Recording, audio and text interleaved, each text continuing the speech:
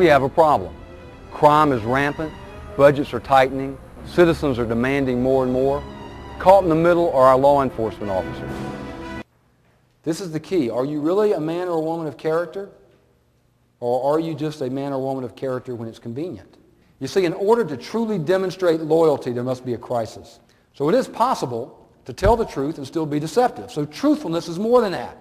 It's earning future trust. We said this was a critical ingredient, trust-based relationships, fuel in the gas tank, earning future trust by accurately reporting past facts. If you accurately report to me past facts, you build more trust into the relationship, don't you?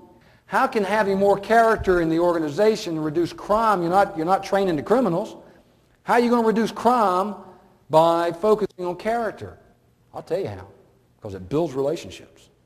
And relationships are the key to coactive policing. And coactive policing is the key to solving your problems of crime, fear of crime, and neighborhood decay.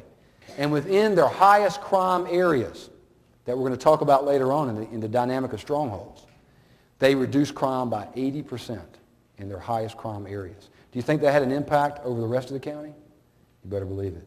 Fresno, California reported a 50% reduction in their crime rate after implementing character-based principles. If you're a good supervisor, if you're a good one, this is a day in your life. It makes you a better supervisor, but it's a little bit tougher. You got to work a little bit harder at this to make it work. I really appreciate the patience that you demonstrated the other day when that irate citizen came to the office, because that was a difficult situation, but you were patient, you didn't let your anger get in the way, and you dealt with her, and that made our whole department look good as a result. Thank you for the patience. And now, instead of praising the work, I'm praising the person, and I'm praising something about them that makes them who they are. Sarge, I'm really proud of you, and I'm so pleased that we got a conviction, but let me tell you what most impresses me about you. What most impresses me about you, Sarge, is the attentiveness that you demonstrated on this case, because I saw you out at that crime scene, down on your hands and knees, looking for those spent shell casings. That's attentiveness.